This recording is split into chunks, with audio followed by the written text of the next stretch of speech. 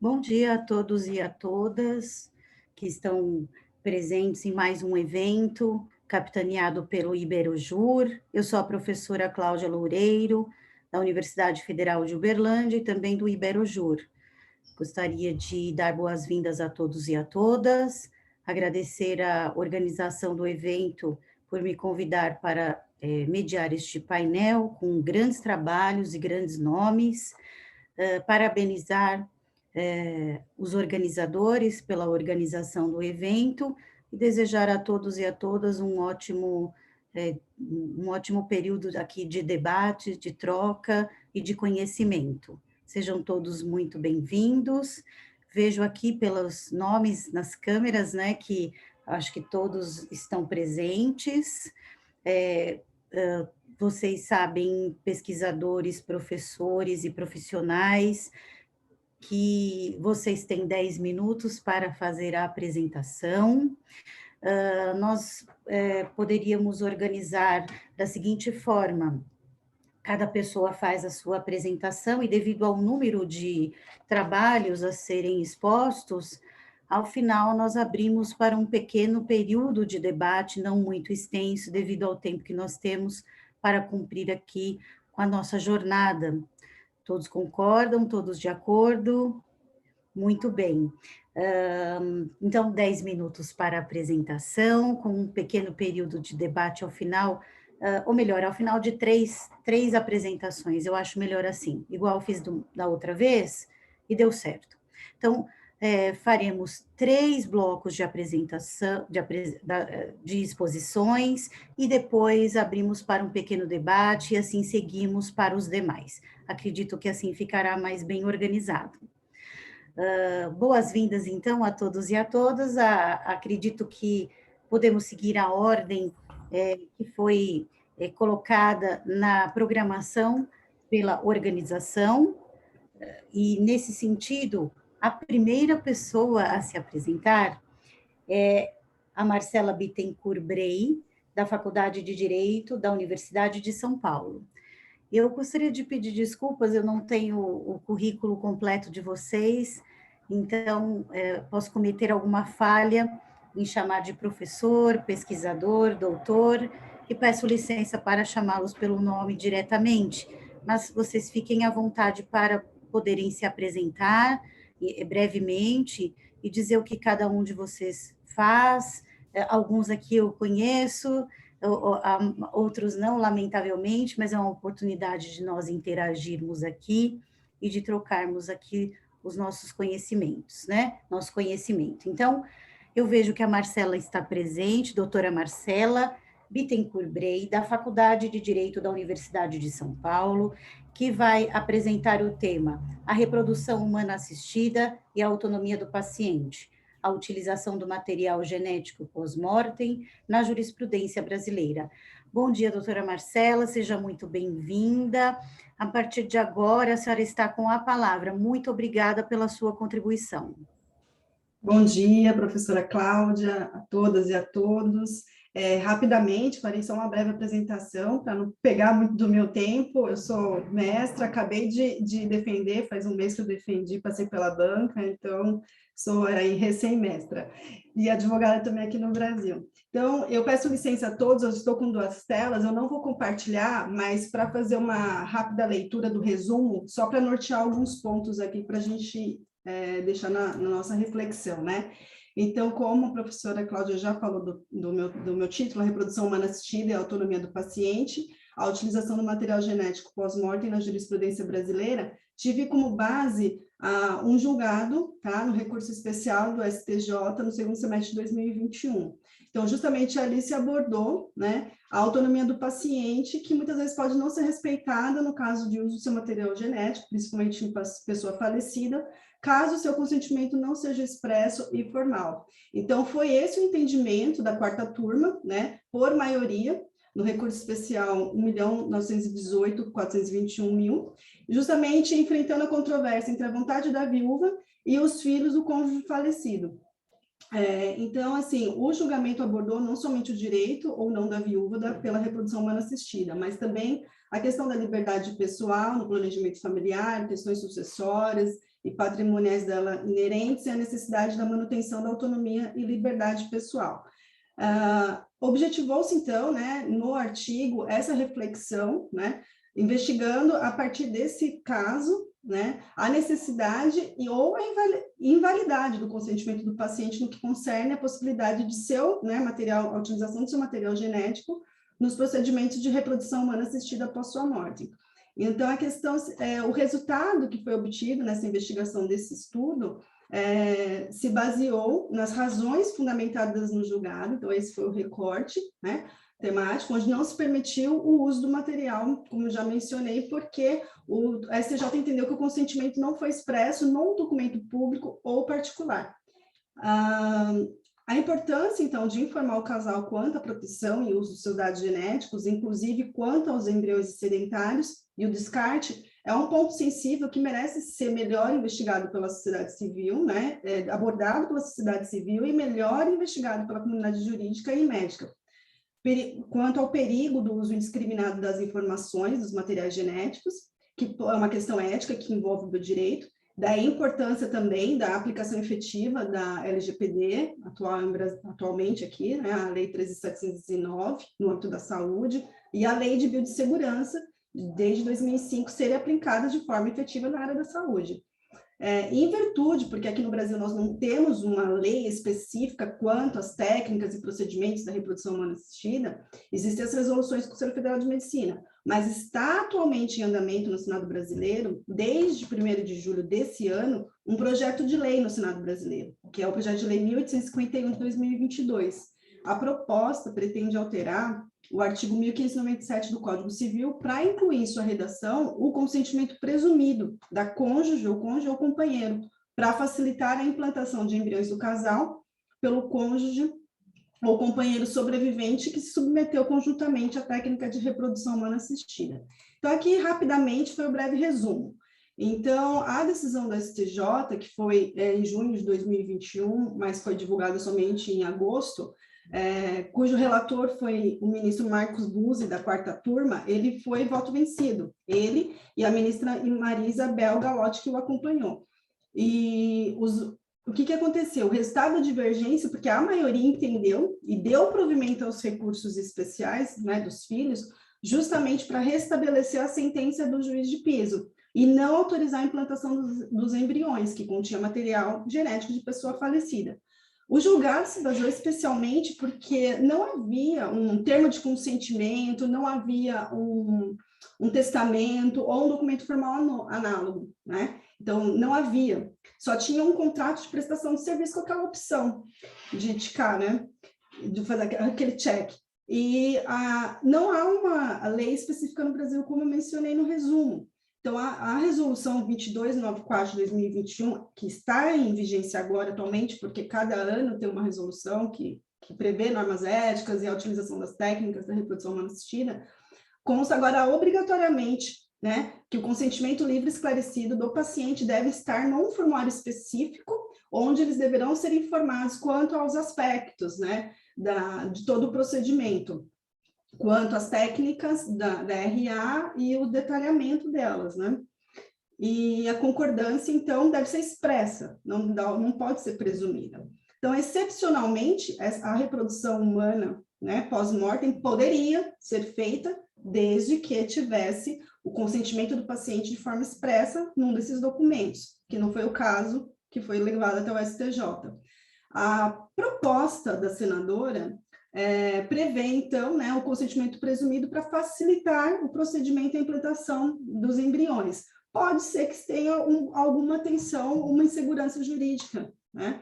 E justamente porque o julgado aborda, alguns países faz uma breve análise de direito comparado, justamente porque na Espanha, excepcionalmente, aí veda a inseminação pós-mortem, mas permite excepcionalmente se houver o consentimento expresso do marido por instrumento público, testamento, e ainda se tiver instruções prévias quanto ao descarte, né, do material também, e que ele seja utilizado nos próximos 12 anos.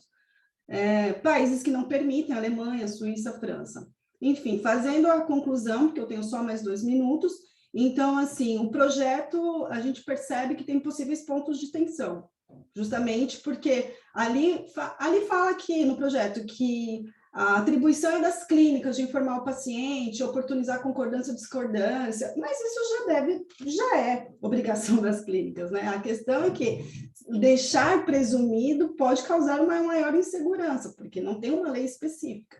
E então, a proposta do artigo foi justamente trazer para refletirmos juntos, e eu convido os colegas, se tiver alguma contribuição, depois no final, eu vou deixar meu e-mail também, porque eu ainda estou terminando o artigo em relação a referencial, né, ali teórico, ou alguma lei mesmo de algum outro país com alguma ideia, que vai enriquecer muito aqui o debate, né? Mas eu queria deixar para os colegas, assim, seguintes questões. Haveria mesmo houve possíveis interferências mesmo do STJ nesse julgado? Quanto às questões sucessórias, patrimoniais, todas decorrentes, então, das técnicas de reprodução humana assistida, houve também violação ao planejamento familiar, consenso informado, né, como manifestação da autonomia do paciente. Então, seria aceitável, se tivesse um termo, né, essa manifestação vigia após a sua morte? Então, assim, não temos essas respostas, mas fica aqui somente para a gente enriquecer o nosso debate, né? Que são reflexões que precisam ser enfrentadas. Então, obrigada a todos e a todos, e me coloco à disposição aqui no final.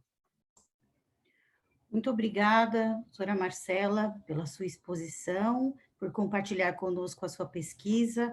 É muito importante analisarmos os temas, né, centrais de nossa pesquisa, de acordo com a jurisprudência dos nossos tribunais. Então, muito relevante e importante a sua pesquisa, uma grande contribuição. Conforme combinado, vou passar para o segundo expositor, e depois de 3 falas, nós podemos debater. Muitíssimo obrigada, parabéns pela exposição e pela pesquisa. Seguindo a ordem do nosso cronograma, temos a fala da doutora Cristiane Bedini Santorsula e Marcos Vinícius Salles dos Santos, da Universidade Presbiteriana Mackenzie, aqui do Brasil. Eles vão falar sobre o tema Ethics and Regulation on Robotic and Robotic Assisted Surgeries, Civil Liabilities, Ethics and Artificial Intelligence from a Brazilian Perspective. Os expositores estão presentes? Doutora Cristiane, eu vi que sim. Bom dia, professora Cláudia. Bom dia, pode ficar à vontade para se apresentar, iniciar, somente a senhora vai apresentar, doutora Cristiane? Não, professora, eu apresento junto com o meu colega coautor, professor Marcos Vinícius, mas eu sugiro a dinâmica de ele fazer primeiro e eu depois. Mas até eu aproveito a palavra dada a mim para eu poder me apresentar, para depois ele se apresentar, para a gente não ter essa quebra no meio da apresentação. Né? Então, bom dia a todos e a todas, espero que todos estejam bem nessa sexta-feira. E, bem, eu sou Cristiane Bedini, eu sou formada pela Universidade Mackenzie, tenho o meu mestrado nessa mesma instituição e agora faço o meu doutorado e o núcleo específico da minha pesquisa em tese é inteligência artificial e sigo, portanto, com as minhas pesquisas nesse sentido. Sou advogada, atuo na área de direito empresarial e digital e consultoria em governança corporativa e compliance, além de também ser professora nas matérias que são relacionadas a esses temas da minha atuação profissional. Tá? Então, com isso, desculpe por me estender, eu já passo a palavra ao Marcos para que ele possa dar início à apresentação. Bom dia, professor Marcos. Bom dia a todos e todas. Me ouvem bem? Perfeito. Aqui meu áudio estava mutado, o doutor Fabiano já me ajudou. Eu também sou doutorando pela Universidade Presbiteriana Mackenzie, sou colega de Cristiane, desde o mestrado, e também somos advogados. Bom, vou começar brevemente a apresentação. Qual foi o quadro geral que nos levou a escolher o tema da pesquisa, né? Levamos em consideração que o crescente aumento de tecnologias de uma forma geral e principalmente na área da saúde, né? As novas tecnologias na área da saúde permitem melhores diagnósticos, melhores prognósticos, melhores tratamentos. Só que o que a gente observa? Mais tecnologia também implica mais riscos, mais desafios éticos e mais desafios regulatórios, dada a ofensa potencial a direitos fundamentais, ou seja, a reboque de toda essa ideia de buscar um incremento tecnológico para propiciar melhor saúde para pessoas, aí vem junto com isso potencial ofensa à privacidade, a capacidade de autodeterminação, que foi um fator que a colega do trabalho anterior mencionou, a ideia do consentimento livre esclarecido, e, enfim. Então, dentro dessa ideia de aumento de tecnologias e os problemas associados, o nosso problema de pesquisa foi analisar implicações éticas e jurídicas da utilização de robôs e mecanismos de inteligência artificial em atos médicos. Isso em uma frase.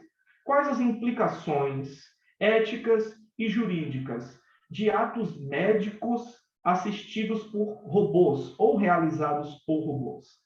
Essa ideia vem à tona porque a gente observa que no mundo inteiro houve uma explosão do número de cirurgias realizadas ou assistidas por robôs, principalmente pelo robô chamado Da Vinci, né? Por exemplo, no Brasil, em março de 2008, foi realizada a primeira cirurgia em um hospital privado.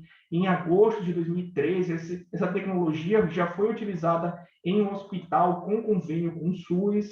E aí, a gente vê o aumento do número dessas cirurgias e vem outra situação que aparece, surgem erros médicos, surge a necessidade de regular a utilização dessa tecnologia.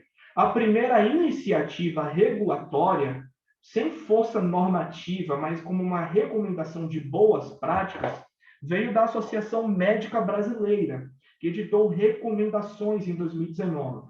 E agora, bem recentemente, o Conselho Federal de Medicina editou uma resolução, agora em março de 2022, que é a Resolução 2311, que vem trazendo uma série de disposições a respeito de cirurgias robóticas. Essas disposições, eu não vou entrar aqui na minúcia do que ela diz, mas ela vem trazendo horas mínimas para treinamentos, ou seja, se tem um treinamento inicial, depois um treinamento intermediário, um treinamento avançado, horas mínimas de cada um, como deve ser a equipe médica, como o hospital deve estar aparelhado. Enfim, o que a gente percebe? Primeiro problema nós não temos uma lei regulamentando isso, temos uma resolução do CFM que não contou com ampla participação da comunidade médica científica, ou seja, uma regulação de cima para baixo. Isso traz problemas da qualidade regulatória, porque não leva em consideração o estudo de impacto das atividades. Outro problema associado a essas cirurgias robóticas está na responsabilidade civil. Qual é o grande problema? O calcanhar de Aquiles nas cirurgias robóticas está em determinar onde está o nexo de causalidade. Onde está o problema? Se foi na conduta do médico, se foi no aparelho, no robô, se foi em falha de segurança da informação, no aspecto da tecnologia da informação, problema com a internet, enfim, existe uma dificuldade de identificar o nexo de causalidade, a causa eficiente do dano. Esse é o grande problema que vem sendo discutido nos Estados Unidos e na Europa, né? Nos Estados Unidos até chamam esse tipo de ação de finger point cases, que é a dificuldade de você apontar com precisão. Isso é abordado no nosso trabalho final, né? Um dos achados da nossa pesquisa foi, além da identificação desses critérios para a definição de responsabilidade civil, foi a identificação da necessidade de melhoria desse estándar regulatório. E o segundo achado foi a necessidade de ter uma preocupação com aspectos éticos que Cristiane vai tratar com vocês a partir de agora.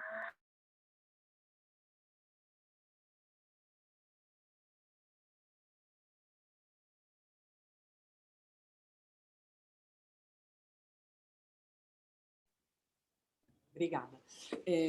Marcos, obrigada pela sua exposição. Eu vou pincelar com algumas outras cores as explicações tanto metodológicas quanto ao conteúdo e à motivação da nossa pesquisa, apenas com o intuito de complementar vários dilemas que nós já enfrentamos no início dessa pesquisa e que nós certamente continuaremos enfrentando até a finalização do trabalho. Isso porque o dinamismo em novas tecnologias é tão grande que causa até angústia do profissional e do investigador, porque a gente nunca tem a certeza que a situação estará como está hoje até o final da pesquisa, por mais curta que ela seja. Então, a gente vai dormir entendendo que assim está e acorda com uma outra situação, mesmo porque a gente não pode analisar apenas o ambiente doméstico, o Marcos bem comentou, as situações elas são dinâmicas em ambiente global e sabemos muito bem que não só Brasil, mas América Latina de maneira geral, traz, se inspira, comenta tudo que está acontecendo no exterior, especialmente no âmbito da União Europeia, que traz essa análise de suficiência ou insuficiência. É muito comum relatórios das comissões de estudo no âmbito da União Europeia, trazer um quadro comparativo de, bem, a legislação consumerista atual funciona para o estado da arte, de novas tecnologias na área da saúde e outras? Bem, atualmente teríamos uma suficiência, mas já chegando a questões limítrofes, a questão de direito penal, a questão de responsabilidade civil. Então, o ambiente, temos a percepção que a gente está tapando, usando a legislação atual para tentar uma contenção.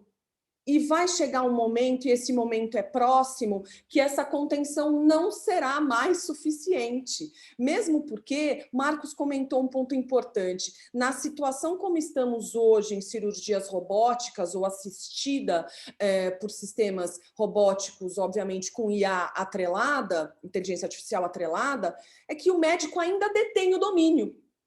O médico tem o domínio ainda, mas já existem questões evolutivas dessa tecnologia que nos indicam que, num momento não muito afastado, o robô toma a frente do procedimento, ou se não toma a frente, ganha passos em autonomia do procedimento. E isso nos leva à questão da ética posta que Marcos colocou, que é especialmente em healthcare. Se a gente busca estudos críveis de análise, o setor de saúde é o que mais cresce em áreas de aplicação de novas tecnologias. Se a gente pega estudos recentíssimos, de fontes muito boas, que dizem o que as pessoas querem no metaverso, não vou nem entrar se esse metaverso vai vingar ou não vai vingar, mas da forma como está hoje, o que as pessoas buscam também no metaverso? Interação médica, interação de saúde. Então, isso já dá esse termômetro com essa preocupação. E uma pesquisa promovida pela Universidade de Colômbia coloca alguns dados das preocupações dos pacientes. E uma das preocupações é, quem vai me operar é um robô? Eu vou ser operada por um robô? Mas, e aí a gente trabalha com a questão da relação médico-paciente, da questão da confiança e da questão humana. A gente usa inteligência artificial para auxiliar o humano, não é para substituir totalmente. Aí depende do humano. E o ponto, finalizando, é que não apenas a regulação jurídica trate de leis que abracem todas as questões inerentes a esse tipo de procedimento na área da saúde, mas também que esses desenvolvimentos tecnológicos, eles nasçam, eles sejam concebidos, testados com uma expressão que vem ganhando mais popularidade, que é Ethics by Design. Então, é a concepção de desenvolvimentos desses sistemas em IA que pensem, que tenham técnicos para isso, profissionais num comitê, por exemplo, que avaliem adequadamente o uso ético e a explicabilidade. Como é que eu vou ser operada? que vai acontecer? Se deu errado, posso entender? Porque trazendo as questões todas interdisciplinares que estão aí no cosmos do IA, as pessoas querem entender.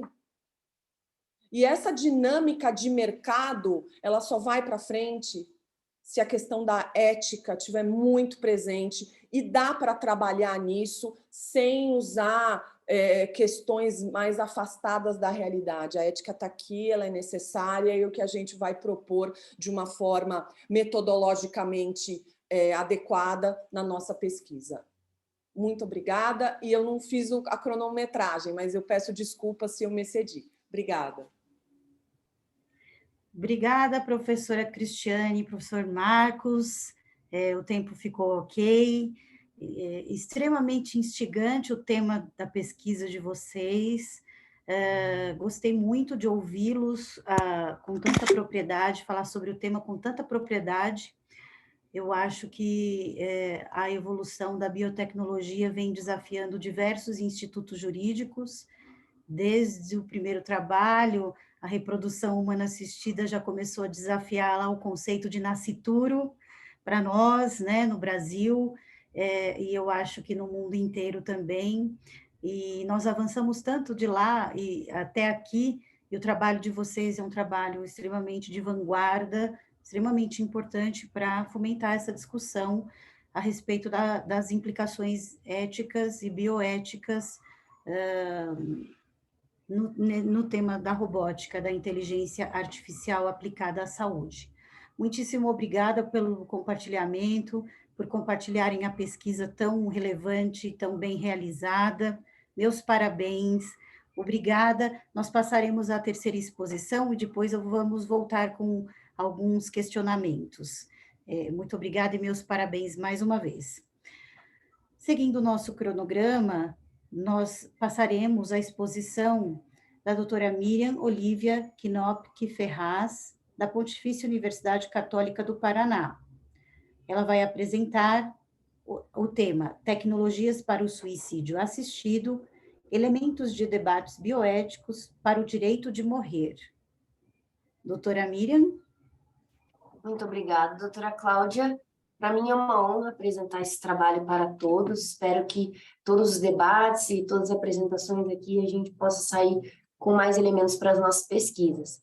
Como disse a doutora Cláudia, meu nome é Miriam, eu estou finalizando meu doutorado na PUC e também em cotutela na Sapienza de Roma.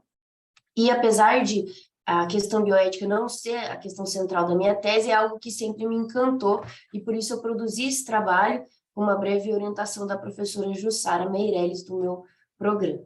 O objetivo do meu trabalho é estudar essas tecnologias que são usadas para a realização do suicídio assistido e os debates decorrentes do direito de morrer envolvendo, então, essas temáticas. O meu problema de pesquisa é quais os debates bioéticos que alcançam as tecnologias aplicadas no suicídio assistido. Então, eu parto de duas análises.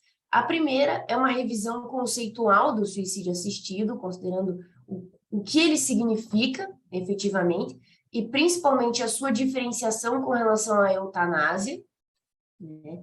Que o suicídio assistido é, em essência, uma vontade da pessoa de finalizar a sua vida, e normalmente, principalmente na Suíça, ele está atrelado a critérios de você ter uma doença interminável e você estar com a sua capacidade plena de decisão. Enquanto a eutanásia e outros procedimentos, eles normalmente estão ligados ao momento em que a pessoa está numa doença que realmente ela não tem mais condição de impor a sua vontade, e o tratamento está apenas prolongando o sofrimento. Tá? Então, eu demonstro essas diferenças, para a gente diferenciar quais são os institutos, e colocar alguns critérios que são aplicados em algumas legislações, como eu disse para vocês já, o que é aplicado na Suíça. São poucos os países, e também nos Estados Unidos, alguns estados permitem essa prática, digamos assim, né? Mas não é muito utilizado em todos os países. Então, a título exemplificativo, que eu trago alguns critérios que são utilizados como elementos que devem compor o status e a situação da pessoa que deseja realizar o suicídio assistido. O segundo eixo da minha pesquisa, eu trago alguns exemplos de tecnologias aplicadas e trago uma última tecnologia, que é a sarcocápsule, que é uma cápsula que foi desenvolvida. Assim, peço até perdão, é muito difícil falar sobre esse tema, porque às vezes eu uso a palavra essa prática, essa vontade, e a gente não está falando de coisa muito simples para utilizar esses termos. Então, eu peço desculpas se eventualmente eu passar, às vezes, um pouco da linha, porque realmente é difícil falar sobre isso. Essa sarcocápsula, ela é como se fosse uma cápsula, onde a pessoa, ela vai lá, e eles acabam reduzindo o nível de oxigênio para ela fazer o suicídio assistido. Mas quem dá o start nessa situação é a própria pessoa, tá? Isso é um elemento que eu vi que é um padrão nesse tipo de abordagem, tá? Vejam como é difícil a gente utilizar esses termos. Então, isso é algo curioso, digamos assim, porque não é o médico que dá o início para essa prática, é a pessoa da sua própria vontade. Então, isso é um padrão que foi utilizado nessa tecnologia. A grande e algo interessante dessa tecnologia, a grande diferenciação, é que ela pode ser transportada para qualquer lugar. Então, isso é uma discussão que pode ser feita futuramente, né, em outras pesquisas. Isso envolve o direito de morrer e bem como pensar tecnologias que são desenvolvidas para isso. Eu trago alguns conflitos bioéticos, que é a questão da autonomia, a questão da beneficência e a justiça, demonstrando-se como o suicídio assistido se insere nessa lógica e como ele traz muitas dúvidas. Então, o meu trabalho, eu consegui levantar perguntas, não necessariamente trazer respostas, né? Principalmente, considerar o princípio da autonomia para o caso do suicídio assistido retoma a discussão do próprio anseio se o fato da pessoa decidir pela sua morte, isso está no âmbito da racionalidade? É possível considerar que a pessoa pode tomar essa decisão de forma racional?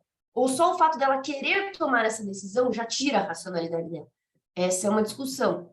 Ainda, se o direito é efetivamente um limite para a utilização do suicídio assistido para fins do fim de sofrimento de doenças sem perspectiva de cura.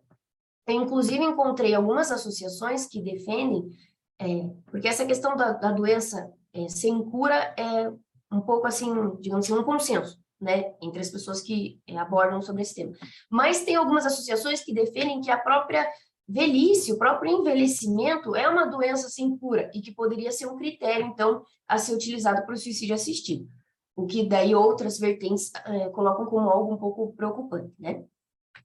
E, além disso, o que é maximizar o benefício para o indivíduo que se encontra nessa posição? Porque quando a gente pensa em bioética, a gente pensa na escolha de um tratamento médico, aquilo que vai maximizar os benefícios.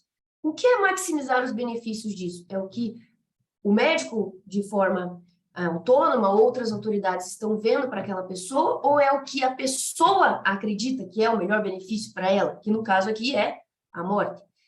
E no caso em análise, o sofrimento perpétuo seria um dano indevido à pessoa? Então, o prolongar da vida com um sofrimento diagnosticado por médicos e tudo mais, esse prolongar seria um dano indevido a ser imposto para essa pessoa? Ela teria escolha, então, de acabar com esse dano e escolher o seu direito de morrer? Impossibilitar ou oferecer barreiras à autonomia consolidaria negar injustificadamente um direito, que é o direito de morrer? Ou ainda, permitir o suicídio assistido nas hipóteses narradas seria consolidar uma injustiça para outras hipóteses de sofrimento, como a gente tem critérios de doenças que são incuráveis, para outros sofrimentos, isso seria colocar uma injustiça de critérios? E, por fim, o ser humano deve utilizar toda a tecnologia disponível para a manutenção da vida ou a finalização dessa? Essa questão é bem interessante, porque eu vi algumas pesquisas no âmbito da bioética falando que a gente precisa pensar se realmente a gente precisa utilizar toda a tecnologia disponível para manutenção da vida de uma pessoa. Se o uso da tecnologia seria adequado nesse sentido. Então, eu trouxe a lógica inversa. A gente talvez devesse refletir, pela questão bioética, se a gente deve utilizar toda a tecnologia disponível para encerrar a vida de uma pessoa. Porque hoje, essa sarcocápsula que eu comentei com vocês, em 15 minutos, isso é encerrado. Claro que o processo de documentação de pareceres médicos ele é um pouco mais longo, mas o procedimento em si ele é muito rápido. Então, eu confesso para vocês que foi um tema muito difícil, foi um dos temas mais desafiadores que eu já enfrentei, porque a gente lida com a questão da morte no nosso dia a dia, infelizmente com nossos colegas, às vezes familiares. Então, falar e escrever sobre esse tema é muito difícil. E escrever isso de forma científica também não tem como fingir que isso não lida com questões de ética, questões de sentimento e questões da vida em si. Então, eu agradeço muito a oportunidade de falar sobre essa temática e estou à disposição para críticas e sugestões. Muito obrigada. Obrigada, doutora Miriam. Excelente tema. Uma pesquisa também muitíssimo interessante. Os 3 primeiros trabalhos já excelentes, de altíssimo nível, com grandes reflexões, propondo grandes reflexões a respeito de temas que vêm sendo ressignificados, revisitados, né, pela evolução da ciência, da tecnologia e da biotecnologia, né? Falar de morte realmente é um tabu, principalmente como a doutora Miriam mesmo acrescentou, cientificamente falando, com um certo afastamento. É quase impossível, né? Você se manter neutro diante desse tema, que é tão complexo, tão caro, e que envolve outras questões relacionadas a outros ramos do conhecimento. Eu, uma vez, orientei um trabalho, doutora Miriam, peço licença, nós já terminamos o primeiro bloco, eu orientei o trabalho de uma profissional que trabalha com esse tema e foi apresentado num congresso, era presencial naquela época ainda, e o receio dela, será que haverá ouvintes, plateia, para ouvir alguém falar sobre este tema, morte? E, para nossa surpresa, a sala estava cheia, porque as pessoas, ao mesmo tempo em que isso ainda é um tabu, as pessoas estão sedentas de saber como é que o ordenamento jurídico, as leis, passam a tratar esse tema tão relevante, né, para a concretização da dignidade da pessoa humana, porque existe o direito à vida digna, né, e até quando nós podemos refletir a respeito, até quando essa vida será digna para uma pessoa? Quem tem o direito de decidir isso? Então, é muito polêmico mesmo. Eu agradeço por compartilhar sua pesquisa tão relevante. Um abraço à professora Jussara, né? Leve um nosso abraço carinhoso a ela. Muitíssimo obrigada e meus parabéns pela pesquisa e pela apresentação também. Finalizamos o primeiro bloco de 3 exposições.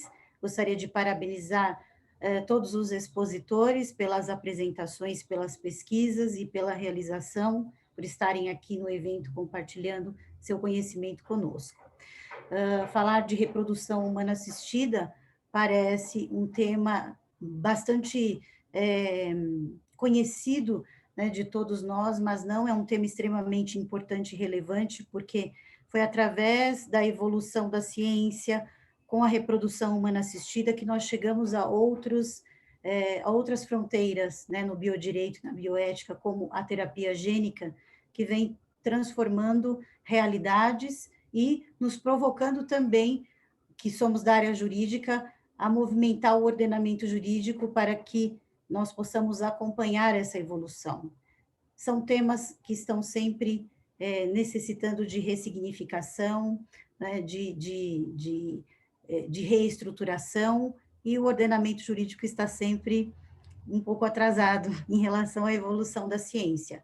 Eu acredito que é por isso que os princípios bioéticos são tão relevantes para esse ramo do conhecimento, o biodireito, porque o direito não é capaz de acompanhar a evolução da ciência, da forma como ela evolui tão rápido. São momentos diferentes, ramos do conhecimento diferentes, né, que trabalham em tempos diferentes.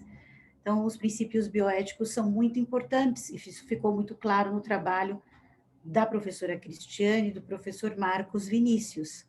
Como é que nós vamos lidar com a evolução da ciência na era da inteligência artificial, com as cirurgias, né, com a robótica sendo utilizada para a cirurgia assistida, sem conhecer e aplicar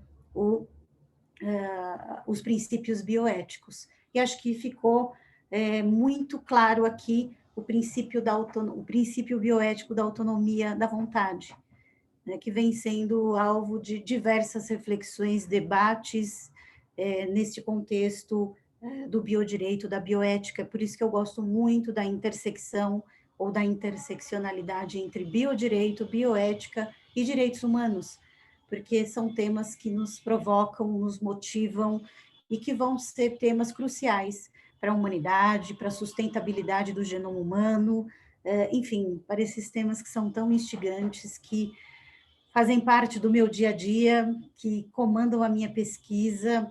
Então, este grupo Law, Ethics and Medical Law está simplesmente sensacional até aqui. Bom, a gente, quando começa a falar sobre esse tema que é da nossa área, não para mais. Não posso aqui dominar o ambiente, então gostaria de abrir a palavra aos participantes para que teçam considerações a respeito dos 3 primeiros excelentes trabalhos que foram apresentados. Alguém teria algum comentário, algum questionamento aos expositores? Fiquem à vontade.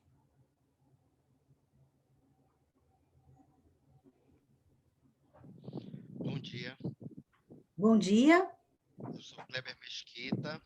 Eu queria fazer uma pergunta para a professora Cristiane e para o professor Marcos. Recentemente, uma amiga minha, uma colega de trabalho, se submeteu a uma cirurgia feita por um robô, aqui em Belém do Pará. Só que para fazer essa cirurgia, ela teve que assinar um termo isentando o hospital e o médico de responsabilidade, como se ela estivesse escolhendo aquilo e, portanto, por estar escolhendo, a responsabilidade seria dela. Eu queria saber da professora Cristiane e do professor Marcos se esse tipo de termo que é dado para o paciente assinar, se ele tem valor jurídico, se isso de fato pode isentar o médico ou o hospital de qualquer responsabilidade, ainda que o erro seja médico e não necessariamente do robô em si. Uma vez que hoje, como bem frisou a professora Cristiane, hoje o robô é controlado pelo médico. Proximamente, provavelmente ele vai fazer a cirurgia sozinho, mas hoje ele ainda é controlado pelo médico. E se o médico cometer um erro, esse termo realmente exime o médico e o hospital de responsabilidade?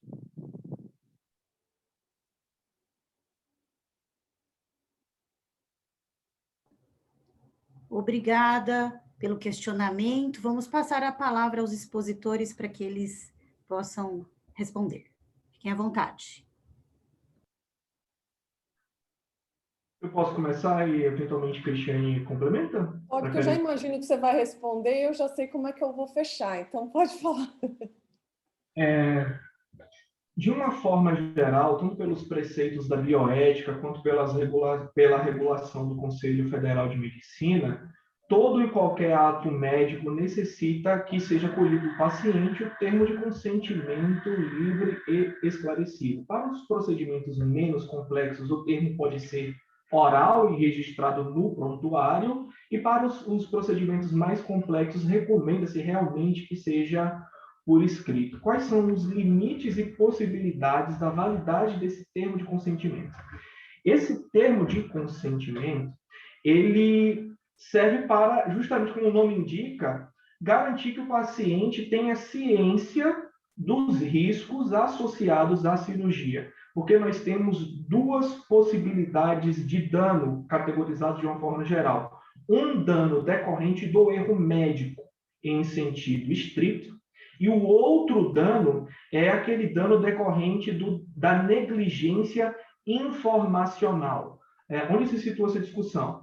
Ainda que um evento adverso que ocorra não tenha relação com um erro médico, mas se o paciente não foi informado da possibilidade da ocorrência desse erro médico, desse evento adverso, ainda que esse evento adverso não seja um erro, seja algo previsto na literatura, o médico responderia não pelo erro médico, mas pela negligência informacional. Então, o termo de consentimento livre e esclarecido, ele isenta o médico de um dano, que é aquele dano conhecido como iatrogenia, que é aquele evento adverso previsto na literatura, que não é desejado, a gente não quer que a iatrogenia ocorra, mas ele é possível de ocorrer.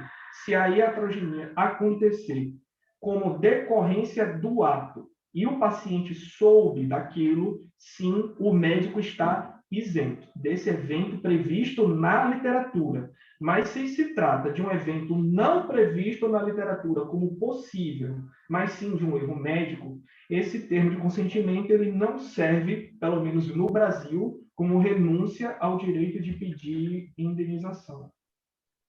Aí eu acho que aí entra essas margens nubladas que eu estou imaginando que é onde o Kleber quer continuar, que é, mas agora tá bom, vamos colocar o robô no palco para atuar com todo mundo, não é isso?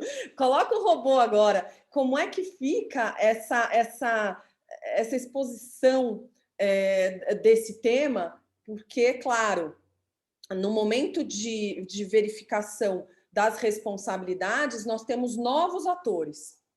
Então, e exatamente isso que o Marcos colocou, se nós temos essa divisão que ele muito claramente explicitou, essa clareza ela fica nublada com esses elementos relacionados a pontos específicos de auditabilidade. Então, porque cada um vai querer dizer não foi erro médico, não foi tampouco uma negligência informacional, foi um problema da máquina. Aí quem desenvolve vai dizer que não foi um problema da máquina. O hospital, de sua vez, vai dizer que não foi um problema dele de manutenção. Então, nós temos uma cadeia, como se fosse uma cadeia de suprimentos, que tem que ser responsável também. Nós estamos falando de cadeia de valor, com o beneficiário final, que é o paciente. Né? Então, como que fica essa questão? E muitas vezes, em sistemas de IA, e não só na saúde, é uma situação complicada. Para entender o que de fato aconteceu. E se for para isso cair necessariamente para o profissional, para o médico, para o cirurgião, então a gente vai chegar a um momento em que isso vai ter que ser colocado. Essas situações, na falta na questão da auditabilidade, além de todos os termos, porque tem muitos atores sendo colocados e são muitas preocupações. Uma outra preocupação que nós estamos vivendo é até que ponto um aparelho de raio-x, que em si a gente sabe, é um aparelho de raio-x, é super avançado um aparelho de raio-x, você fala, tá bom, raio-x existe desde dos povos mesopotâmios na saúde, tá certo.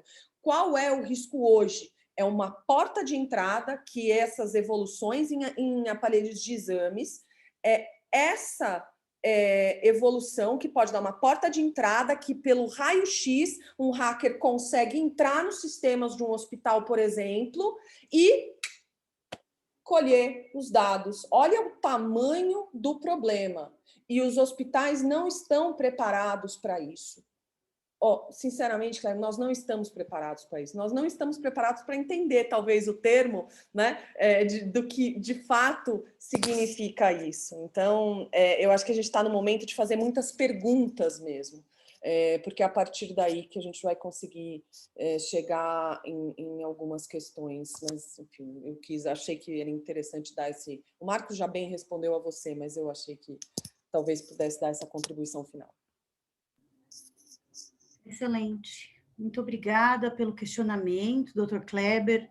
Agradeço aos expositores pela resposta, tão instigante quanto a apresentação do trabalho. Bom, finalizamos o primeiro bloco. Né? Mais uma vez, Marcela, Cristiane, Marcos, Miriam, muitíssimo obrigada pela contribuição. Foi um prazer interagir com vocês. E aqui, a partir de agora, devido ao tempo, né? Parabenizo-os mais uma vez, agradeço pela oportunidade de poder mediar este painel e aprender muito com vocês. Então, vamos passar para o outro bloco de 3 apresentações. Na sequência, temos a fala do Dr. João Paulo Machado Piratelli, da Universidade Católica do Paraná, que vai falar sobre o rol de procedimentos e eventos em saúde da Agência Nacional de Saúde, segundo o Superior Tribunal de Justiça do Brasil, entre a máxima efetividade do direito à saúde e o não retrocesso social. Dr. João Paulo. Oi, bom dia. Estão me escutando? estamos escutando. Se o senhor puder Beleza. fazer uma apresentação inicial e está com a Claro. palavra a partir de agora. Muito obrigada. Tá, obrigado. Bom dia a todos e todas. Muito obrigado pela oportunidade. É a segunda vez que eu participo de Iberojur. A primeira foi em Fortaleza, agora na Polônia. Eu sou aluno de mestrado da PUC do Paraná. E esse artigo que eu trouxe para vocês é um artigo, uma das matérias que nós fizemos sobre teoria geral dos direitos fundamentais e sociais do professor Daniel Ashen. E na época que a gente estava fazendo essa disciplina, tinha acabado de sair, né, a decisão do STJ a respeito do rol taxativo da ANS, porque justamente teve uma mudança de paradigma no entendimento jurisprudencial do STJ nesse meio tempo. O que aconteceu, né? Então, antigamente, o rol, só explicando, tá? O rol taxativo da ANS, na verdade, ele não é taxativo, né? O rol de procedimentos e eventos em saúde da ANS, ele é um rol que a Agência Nacional de Saúde Suplementar, ela elabora de tempos em tempos com base na evolução da técnica científica na área de saúde para servir de parâmetro para que os planos de saúde ou demais operadores privados de saúde forneçam atendimento aos seus clientes, pacientes, de acordo com o que está lá. Por muitos anos, o STJ entendeu que esse rol ele era meramente exemplificativo, ou seja, mesmo que o paciente tivesse que ser submetido a um tratamento de saúde que não estivesse expressamente previsto nesse rol da ANS, isso não eximia o plano de saúde de arcar com o custo. E essa discussão sempre foi muito forte, porque os planos de saúde sempre alegaram que só podem cobrir aquilo que o rol da ANS prevê. Tá? Bom, de tanta briga judicial, isso foi parar no STJ, e nós tínhamos duas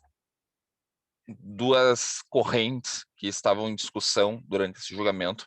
A primeira dela, da ministra Nancy Andrighi, pelo rol exemplificativo, por manter, né, o entendimento que sempre foi preponderante na jurisprudência e também é preponderante na doutrina como um todo, e com base até mesmo em questões envolvendo o próprio direito à saúde, na sua máxima efetividade, e principalmente questões envolvendo o Código de Defesa do Consumidor. E, enfim, o que acontece é que o ministro Luiz Felipe Salomão, ele mudou o entendimento dele, ele até que cuidou desse caso, e foi a tese dele que foi prevalecente no STJ, no sentido de que esse rol ele não é mais exemplificativo, mas sim taxativo, no sentido de que os planos de saúde só podem fornecer aquilo que está, só podem ser obrigados judicialmente a fornecer aquilo que está previsto pela ANS.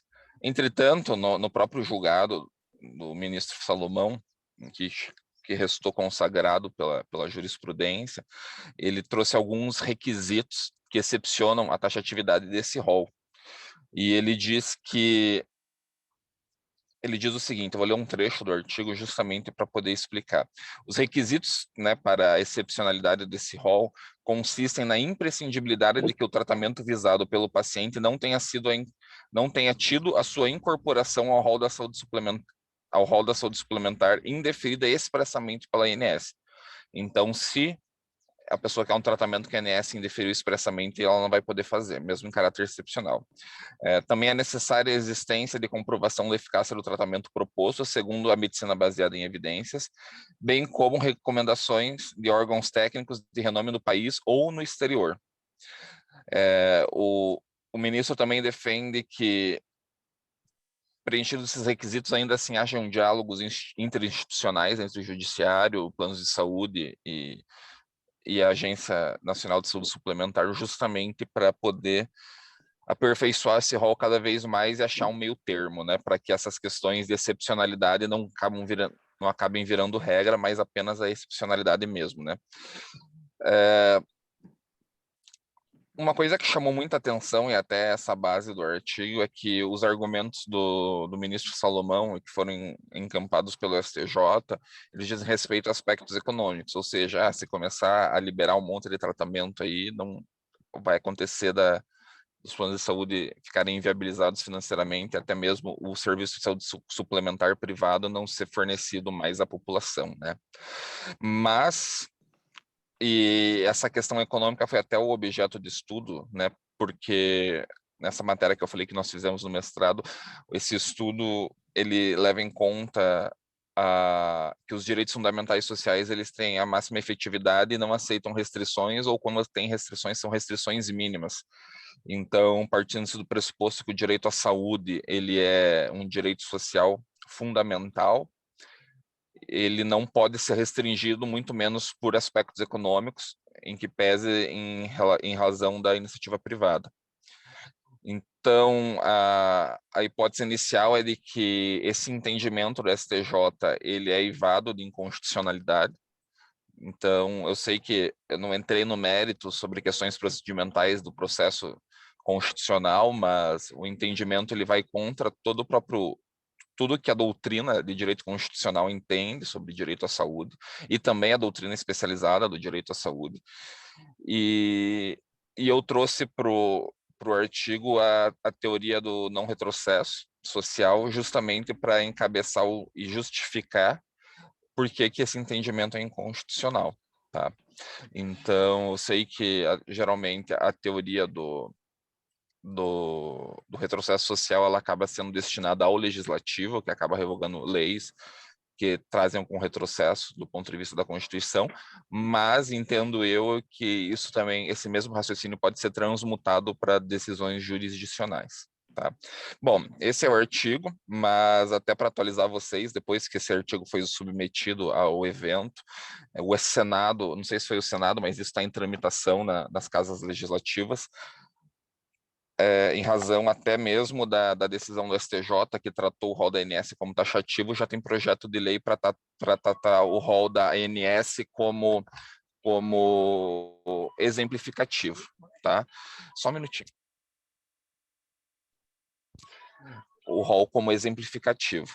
Então, isso que o professor Daniel Sarmento entende como diálogos institucionais acabou acontecendo de novo, aquilo que já tinha em viagem, daí eu até parei na estrada para falar. Bom, os diálogos institucionais aconteceram com o caso da vaquejada, né? Então teve a decisão do STF que julgou a vaquejada inconstitucional, e depois, por uma emenda na Constituição, a vaquejada foi tida como constitucional, e agora, do mesmo modo, o diálogo institucional envolvendo o rol de procedimentos da ANS, que foi julgado como taxativo, mas o legislativo agora defende a tese e tenta passar uma lei que o considere exemplificativo. Bom, era isso que eu tinha para falar, agradeço. Muito obrigada, doutor João Paulo Machado, pela exposição. Eu acho que o seu o tema do seu artigo, da sua pesquisa, é extremamente relevante. Eu me lembro bem que, certa vez, escrevi um artigo sobre o acesso a medicamentos de alto custo, que passei um pouco por esse estudo desses temas e usei um pouco a tese do direito existencial, né, para fomentar. Eu acredito que passamos por um momento de limítrofe entre o que vale mais é o mercado ou a vida. Então, acho que estudar este precedente, né, do STJ é muito relevante justamente para proporcionar essas reflexões a respeito dos direitos existenciais, da dignidade da pessoa humana e como é que a dignidade da pessoa humana ela deve ser compreendida no contexto contratual também, né? Então, eu acho que muito interessante a sua pesquisa, meus parabéns, muito obrigada pela contribuição. Voltamos daqui a pouco com a abertura para o debate. Vamos passar agora, seguindo a ordem do nosso cronograma, ao trabalho da doutora Sara Ribas Ortigosa Leite, da Pontifícia Universidade Católica do Rio Grande do Sul, que vai falar sobre metaverso e cirurgia, a responsabilidade penal da inteligência artificial e a impossibilidade de exclusão ou atenuação da responsabilidade penal do médico. Vejam que os trabalhos dialogam um pouco, né? Muito interessante. Doutora Sara? Bom dia a todos. Eu posso apresentar slides? Com certeza, fique à vontade. Eu peço licença aqui para compartilhar a tela. Pois não, muito obrigada, tenha a palavra. Obrigada. Só para fazer uma breve apresentação, eu sou formada em Direito pela USP de Ribeirão, me formei em 2018. Tenho especialização em Direito Penal e Criminologia pela PUC do Rio Grande do Sul e faço agora mestrado na Instituição Toledo de Ensino aqui em Bauru. Como a doutora falou, meu tema é Metaverso e Cirurgia, a responsabilidade penal da inteligência artificial e a impossibilidade ou possibilidade de exclusão ou atenuação da responsabilidade penal do médico. Esse tema tem pertinência porque em julho deste ano nós tivemos aqui no Hospital de São Paulo a primeira simulação de cirurgia via metaverso no mundo. Então, os médicos, utilizando óculos tecnológicos, conseguiam visualizar os colegas do centro cirúrgico e também essa avatar, a doutora Gix, que era responsável por orientar a equipe no procedimento cirúrgico e ainda indicar erros e propor correções.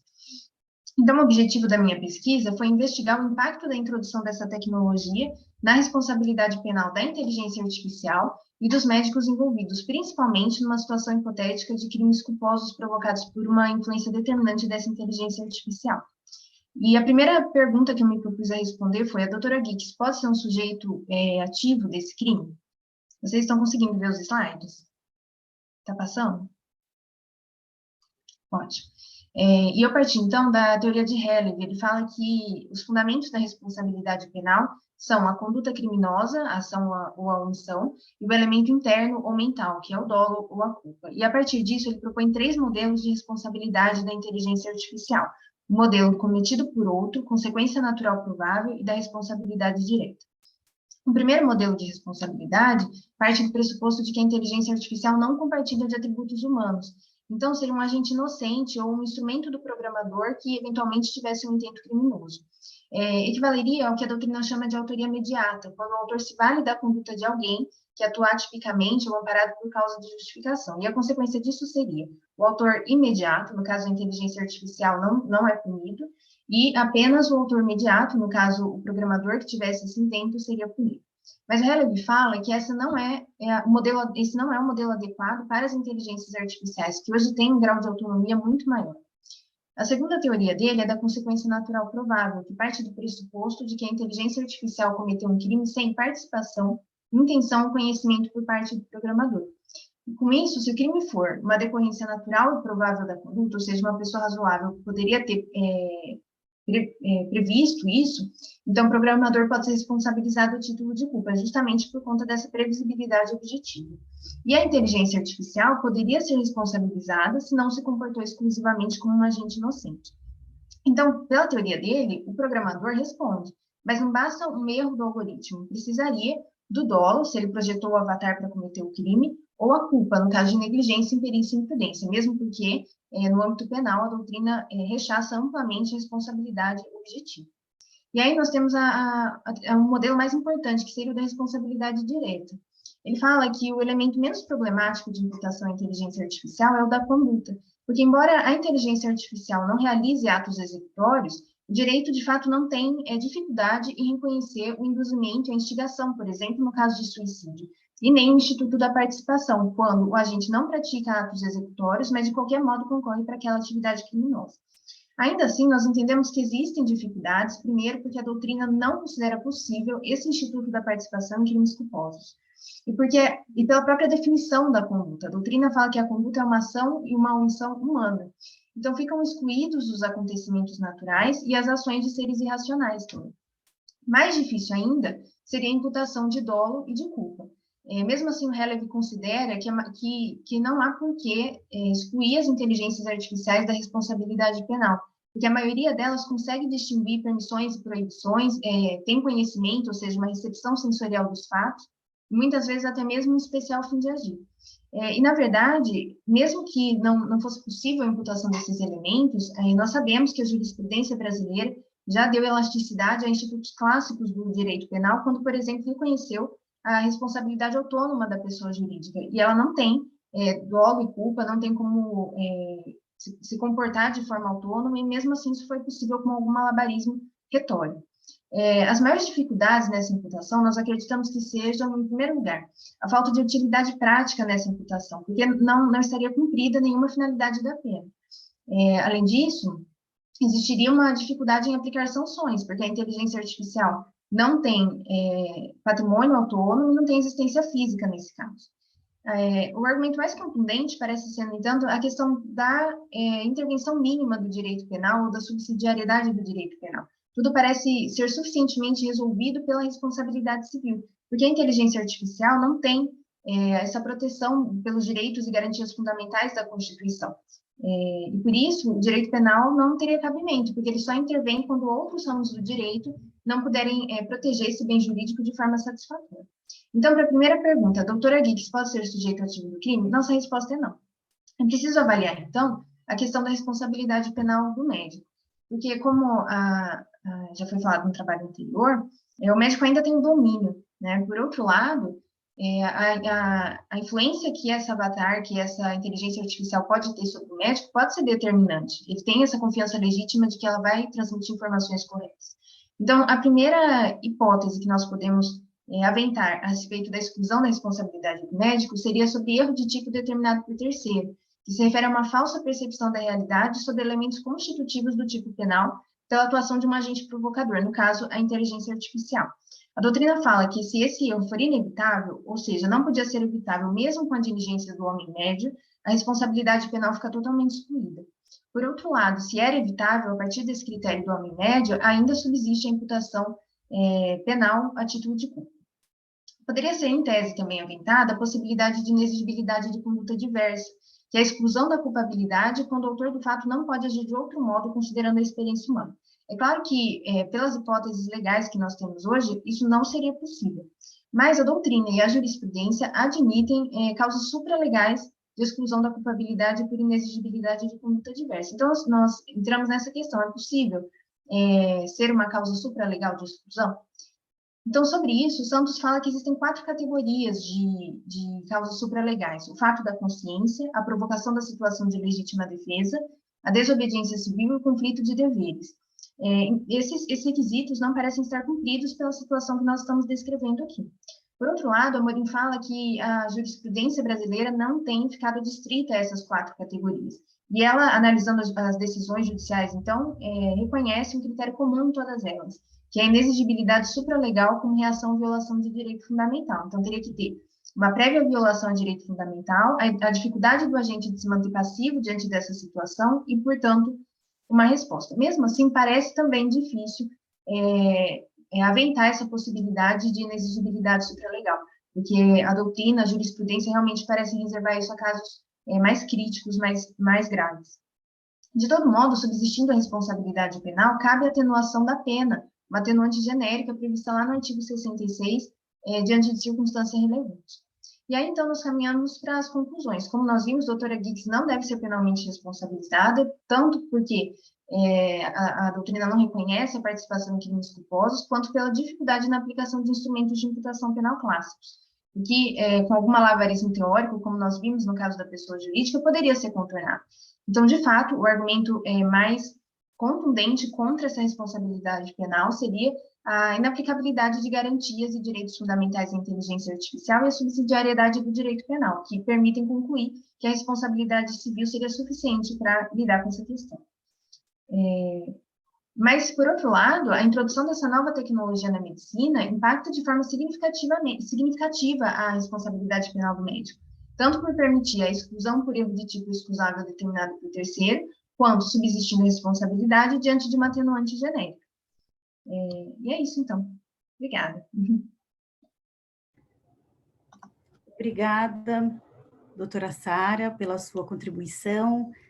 Fiquei impressionada com a sua pesquisa, muito criteriosa, uma apresentação bastante detalhada dentro do tempo que foi disponibilizado, grande capacidade de concisão. Gostei muito dos slides, ficaram muito bem feitos. Obrigada. Gostaria de conseguir saber fazer slides assim, os meus ficam catastróficos. Mas meus Ah, parabéns. obrigada. Gostei muito, parabéns pela pesquisa, gostei da sua fala, da sua apresentação. O outro trabalho, né, também dialogou com o primeiro trabalho e vocês se complementaram em relação a esse tema. Excelente esse painel e sua exposição. Já retornamos já com a parte do debate, acredito que haverá reflexões em relação ao seu trabalho. Meus parabéns mais uma vez. Na sequência do nosso cronograma, os colegas Devilson e Cíntia não poderão participar devido a um imprevisto. Desejamos sorte aos nossos colegas. E, portanto, na sequência, temos a fala da doutora Daniela Serra Castilho, da Politécnica de Leiria, Portugal, que vai abordar o tema as normas de qualidade e segurança para substâncias de origem humana destinadas à aplicação em seres humanos. Análise dos desafios da proposta de regulamento na União Europeia. Bom, aqui do Brasil ainda é bom dia, doutora Sara. Perdão, doutora Daniela. Doutora Daniela Serra Castilho está presente? Deixa eu me ver aqui. Acredito que não está também. Então, depois retornamos com a doutora Daniela, se ela... Alguém? Pensei ter ouvido alguém me chamar, perdão. Então, na sequência, temos a apresentação da doutora Vanessa Sescon, do Attitus Educação, Brasil, com o tema As novas formas algorítmicas de relação de trabalho e a ausência de regulamentação específica no ordenamento jurídico brasileiro. Doutora Vanessa está presente?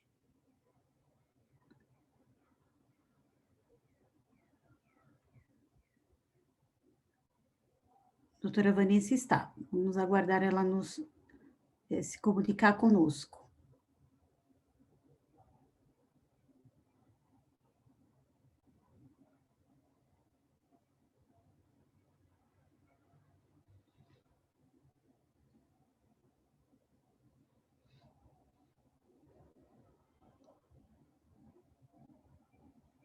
Doutora Vanessa, nos escuta?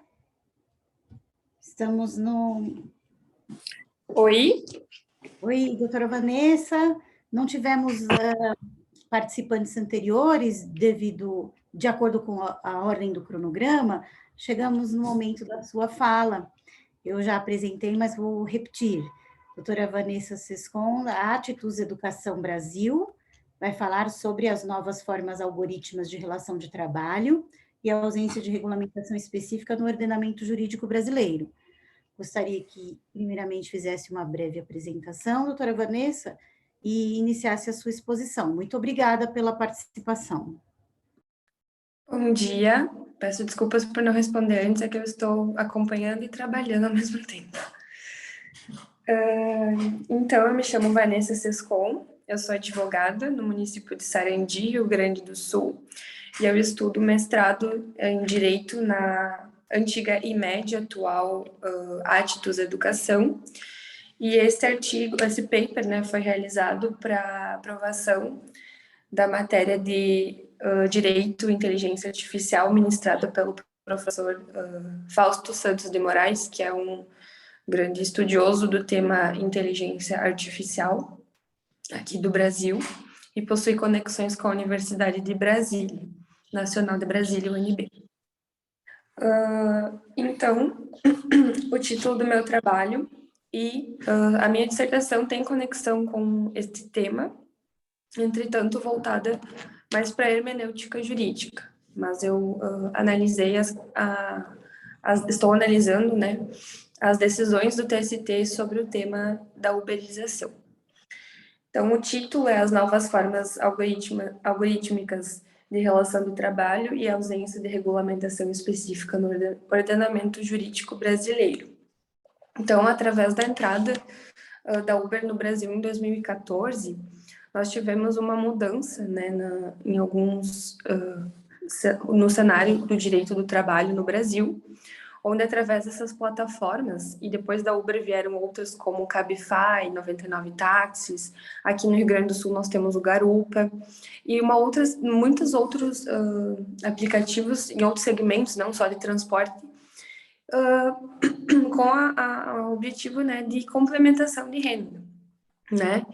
E com o passar dos anos, né, foi surgindo o problema, né, que é a caracterização ou não de vínculo empregatício, né, e muitas ações judiciais na Justiça do Trabalho buscando esse reconhecimento, uma discussão enorme acerca desse tema. Em abril deste ano, nós tivemos o reconhecimento pelo TST, através de um recurso de revista, de relatoria do ministro Godinho Delgado, né, Delgado. E o meu trabalho, ele analisou a questão dos algoritmos, como eles funcionam, né, acerca dessa questão do Uber, né, como não tem como a gente adequar nos moldes atuais da relação de trabalho a questão da relação de trabalho vinculada à plataforma digital. Então, no Brasil, nós já carecemos de uma legislação específica para isso. Nós não podemos negar que há inclinações para o vínculo de trabalho, porque nós podemos notar a diferença entre, por exemplo, a Uber, né, e o Airbnb, né? O Airbnb, por exemplo, é uma plataforma de intermediação, realmente, né? Você tem ali locais, hotéis, o aplicativo Booking também, é uma plataforma digital que utiliza algoritmos e é de intermediação. E o Uber não, o Uber é uma plataforma que a gente tem o serviço final, né? Então, o meu paper, de forma bem breve, assim, na verdade, é um início para um trabalho mais aprofundado, que eu vou fazer depois sobre isso. Mas eu analisei o funcionamento e alguns conceitos básicos dos algoritmos, né? Também analisei alguns artigos da CLT. Nós temos o artigo 6º, parágrafo único da CLT, que trata dos novos meios telemáticos de comando. Só que esse artigo ele foi criado com o objetivo de regulamentar o teletrabalho, né, o home office, e ele não pode ser utilizado na questão, né, do trabalho com plataformas digitais.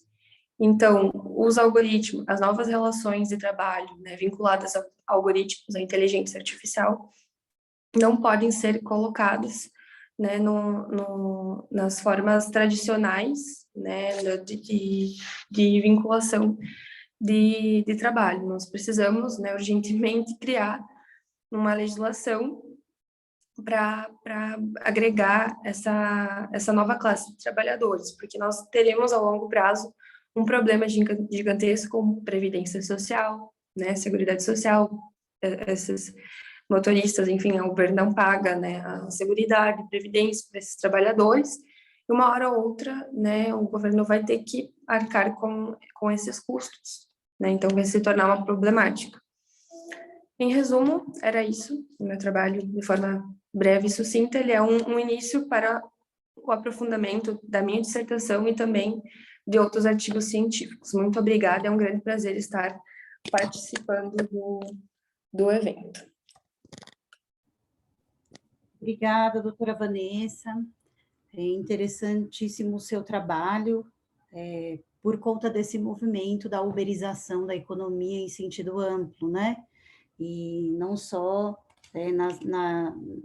nas relações de trabalho. É um movimento que ultrapassa, né, as relações de trabalho. E eu acho interessante a sua pesquisa, principalmente tendo em vista o que eu ando lendo a respeito desse tema, né, de que os algoritmos estão causando, exacerbando a discriminação, as desigualdades sociais, né? Então, eu acho o seu tema muito interessante, eu a parabenizo pela pesquisa, desejo sorte na conclusão do artigo e no mestrado também. Terminamos, então, mais um bloco de 3 apresentações.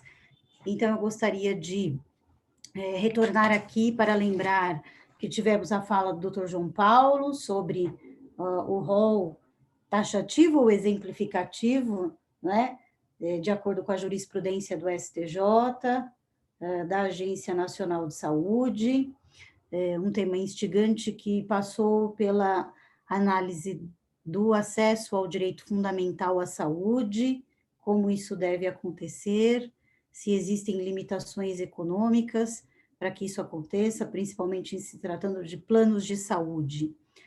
Muito interessante, o doutor João Paulo nos relatou, inclusive, a lei que visa regulamentar o tema. Na sequência, tivemos a exposição da doutora Sara sobre metaverso e cirurgia, uma criteriosa exposição em relação à responsabilidade penal envolvendo a inteligência artificial. Muito bem, também excelente exposição, ótimas reflexões, e, por fim, a doutora Vanessa com a proposta da reflexão a respeito da uberização da economia brasileira, com a fala sobre os algoritmos na relação de trabalho. Excelentes temas, extremamente instigantes, ótimas reflexões, e nesse momento eu abro a palavra ao público que nos acompanha, para que teçam as suas considerações ou façam perguntas aos expositores. I can write in Portuguese. Hello? I can write in Portuguese. Hello? Oh, excuse me, I afraid there's a little problem because the organizers make some technical problems with the links, because two panels are on one link, so so afraid the organizers put me to the I unmute myself and tell something, so I unmute and tell about this, but I don't want to interrupt you. I and as a moderator and my panelists will wait. Professor, here, Rosalind here. Let me put my video. You are in the right place. Please just wait a few minutes for your panel start. We are a little late, okay? Okay, of course. I know, of course. Thank you very much. Thank you very much. Sorry, I didn't understand what's happening. I'm sorry. Olá, professora. Aqui é a Rosilande Lapa, coordenadora acadêmica. É que o painel vai acontecer na mesma sala, e como está um pouquinho atrasado, eles já entraram um pouquinho antes. E estão aguardando para o próximo. Desculpe, mas é que na minha organização fala que acaba até 1h, me perdoe. Na realidade, eu acho que eles se anteciparam. Ai, mil desculpas, mas nós já estamos encerrando. Não, pode ficar tranquila, pode tomar o teu tempo, viu? Muito obrigada, viu? Enfim, alguém tem algum questionamento aos expositores? Marcos, pode falar, professor Marcos, se puder ser breve. Bem breve, porque eu ouvi com bastante atenção e gostei muito de todos os trabalhos. O trabalho de Sara chamou a atenção porque direito penal é sempre fascinante. Eu não sei, Sara, se você já está levando em consideração na sua pesquisa os aportes da economia comportamental, né? As pesquisas de Richard Thaler e outros, no sentido que vão falar desse viés cognitivo da confiança na máquina, como essa fetichização em torno de quão boa é a inteligência artificial cria em todos, ainda naqueles com maior conhecimento científico, como médicos, um viés de confiança na máquina, e tem muitos trabalhos legais de economia comportamental que podem trazer esse aporte que corrobora a tese que você já expôs sobre o erro de tipo induzido por terceiro, como esse viés de confiança na máquina, porque é feita toda uma catequização, fazem uma catequese no médico, né, de, olha, usem a inteligência artificial, toda a indústria do complexo industrial da saúde faz isso porque tem um interesse, assim, né? Então, é só uma breve sugestão para, não sei, Sara, se lhe interessaria abordar esse aspecto da economia comportamental. E a outra questão era sobre o trabalho de João Paulo, sobre o tema do fornecimento de medicamentos ou tratamentos pelas pelos planos de saúde privados, né? Um comentário que a gente, considerando que é o Iberojur, tem bastante coisa na Europa, na Portugal e Espanha. Portugal e Espanha, com seus tribunais constitucionais, flexibilizaram bastante já essa coisa de não retrocesso social, considerando as crises econômicas recentes, né? E os interesses de que se mantenha um equilíbrio contratual para que esses custos não sejam repassados para os demais do grupo. Então, se você leva isso em consideração, tá? Como é afetado o equilíbrio contratual para que os demais membros do grupo não sejam afetados com o aumento do prêmio pago ao seguro. Muito obrigado. Obrigada, professor Marcos, pela sua contribuição. Eu vou pedir que vocês conversem no particular, tendo em vista que há outros colegas, outro moderador do outro painel esperando. Gostaria de pedir 1000 desculpas que eu não percebi, viu, Rosilande? Me perdoe. Espero que seja possível que vocês apresentem os trabalhos de vocês em tempo. Gostaria, então, apenas me despedir. Eu vou me despedir dos meus colegas do primeiro painel, Law, Ethics and Medical Law, dizendo que foi um prazer estar com vocês, conhecê-los, interagir. Se tiverem interesse, entrem em contato comigo, crmloureiro@gmail.com, vou deixar aqui. Agradecer a organização, o professor Fábio, a Giovana pelo convite, deixar um abraço fraterno a todos, que possamos estar em contato, e parabenizo por todas as apresentações. Professora Rose, siga, por favor, 1000 desculpas mais uma vez, eu não percebi. Muito obrigada, boa apresentação a vocês, bom trabalho, um abraço. Muito obrigada, professora, boa tarde.